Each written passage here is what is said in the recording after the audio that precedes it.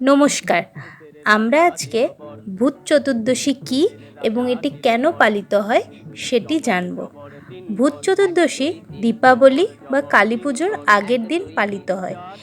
এটি একটি হিন্দুদের ধর্মীয় আচার। এটি হিন্দু পঞ্জিকা মতে কার্তিক মাসের কৃষ্ণপক্ষে চতুর্দশী তিথিতে অনুষ্ঠিত হয়ে থাকে। বাংলায় এটি 14 প্রদীপ জ্বালানো বলেও পরিচিত।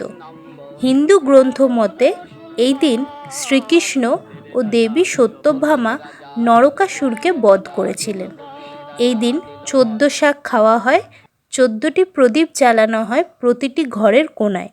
বিশ্বাস করা হয় এই আলোয় 14 প্রজন্মের পূর্বপুরুষদের আত্মা আশীর্বাদ দিতে আসে এবং অশুভ শক্তি দূর করে।